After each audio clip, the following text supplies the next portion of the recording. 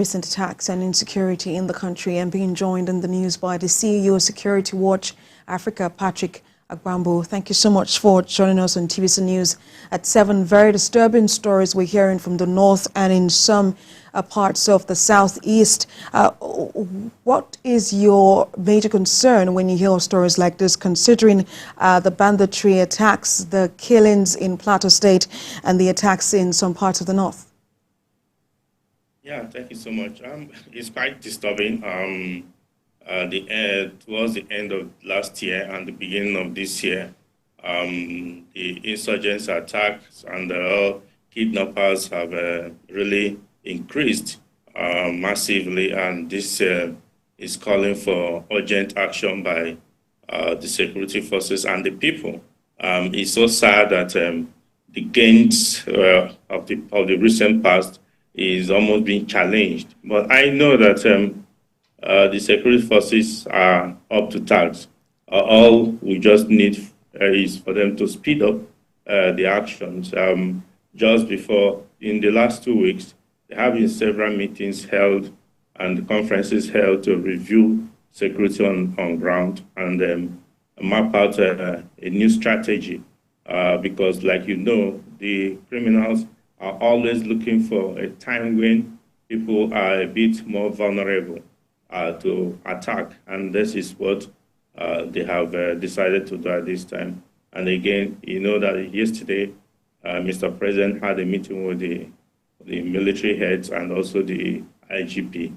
We expect that in days from now, that actions and we'll see actions of some of the decisions that have been taken. All right, but talking a bit about the strategies being adopted by the security agencies, what strategies would you say have failed in recent times, particularly in the few days into the new year? What strategies would you say have failed that we need to adopt new strategies and combat this head on? Yeah, security and security challenges are very fluid.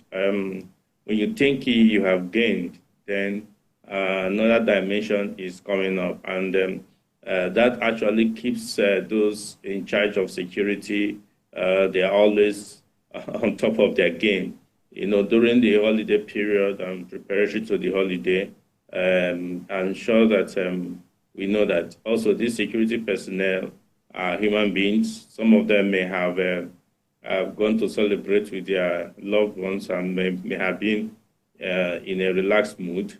But I understand also that in some of the services, all permission to travel, all passes to visit families were cancelled, so that everybody must be there at the time to ensure that these criminals do not have their ways. But as human beings, they will want to celebrate their Christmas and the New Year.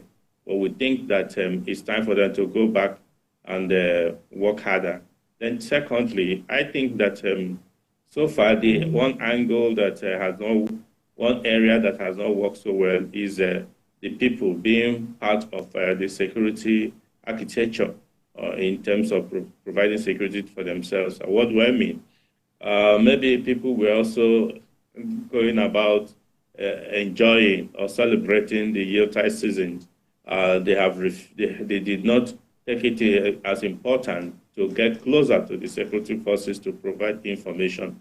In some of these attacks, especially in the northern areas, information did not get to the security forces on time. From what I gathered earlier today, that most of the places, because they're actually far-flung areas, in those areas, in the start at what happened in the southeast also, which is more of a cluster place, which I expect information to have gotten go around quicker. But the people still have not been able to buy into the entire security architecture and ensure that they provide the needed and timely information to the security forces. There's always a question about the capacity of military to actually tackle this headlong. Do you think we have that capacity, considering the number of security agencies we have and the personnel in the security agencies? Yeah, we have. I have never doubted the capacity of our security personnel because of security forces. I mean, because we have men who are capable, and in the last 8 years, they have been well equipped. Yes, more equipment are also still coming in.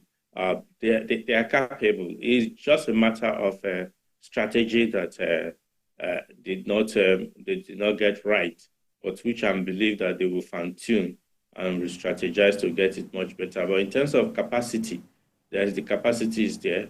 The leadership of the military are up to the task, really. But like I always say, they are being overstretched, and there's need to inject more hands and assistance to ensure that those areas, loopholes, are thoroughly blocked. Like if you remember what happened the last about three days ago in River State, Port Harcourt, as is particularly where a vehicle loaded with passengers were kidnapped.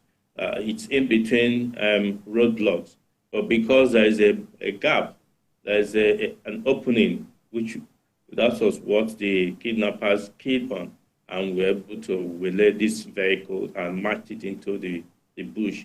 I think that if we can get enough men on the ground and get enough motorized patrols, because having just static stop and search or stoppage roadblock cannot solve the problem. We need motorized patrol. That is the biggest solution, especially on our highways and our communities. That is lacking so much in our security system. You can see a roadblock 1 kilometer, but in between, what happened? I expect that by now the government should equip the security forces with enough vehicular equipment to be able to effectively man our roads and our communities. And of course, tackle this deadline. CEO Security Watch Africa Initiatives, Patrick Agbambu, thank you so much. Agbambu, sorry. Thank you so much for joining us on TVC News at 7. Thank you so much.